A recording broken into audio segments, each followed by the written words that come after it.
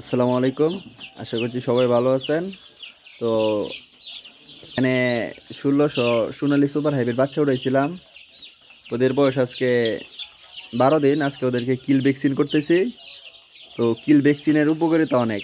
ধরেন আপনার যে কোনো ধরনের বড় রোগ হওয়ার সম্ভাবনা কম থাকবে, আর হইলেও অল্প ওষুধ খাওয়ালেই সব ঠিক হয়ে যায়।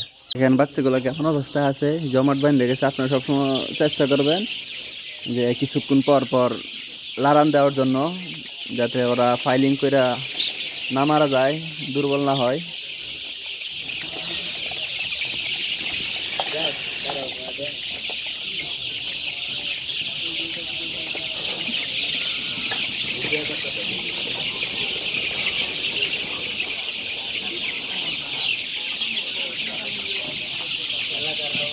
দেখেন, আজকে ওদেরকে ভ্যাকসিন দিতেছি, কিল ভ্যাকসিন। সবাই চেষ্টা করবেন সোনালী মুরগিগুলোর কিল ভ্যাকসিন দেওয়ার জন্য। কিল ভ্যাকসিনের উপকারিতা অনেক বেশি। অনেক ধরনের ভাইরাস এবং অনেক ধরনের বড় রোগ থেকে রক্ষা করে।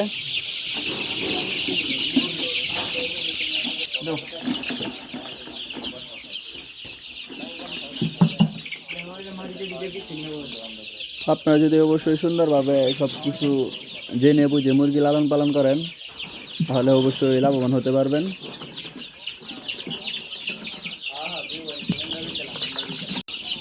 আপনারা অবশ্যই বাচ্চাকে যখন কিল ভ্যাকসিন করাবেন, তখন অবশ্যই একটু দেখাশোনা রাখবেন, কারণ অনেক সময় বাচ্চা জমাট বাঁধা ফাইলিং করে অনেক বাচ্চা মারা যায়। তারপরে অনেক সময় দেখা যায় অনেক বাচ্চা ভ্যাকসিন মিস করে। আপনারা আস্তে আস্তে অবশ্যই সাবধানের সহিত ভ্যাকসিন দেওয়ার চেষ্টা করবেন। আর সবসময় চেষ্টা করবেন যাতে 10 দিনের ভিতরে কীভাবে ভ্যাকসিনটা দেওয়া যায়। 10 দিনের পরে দিলে বাচ্চা বড় হয়ে যায়, কার্যকরিতা অনেক কম থাকে। তো আপনারা সবসময় চেষ্টা করবেন যাতে কিল ভ্যাকসিনটা সবসময় যাতে করতে পারেন, কারণ কিল ভ্যাকসিন না করলে বাচ্চার রিস্ক থাকে।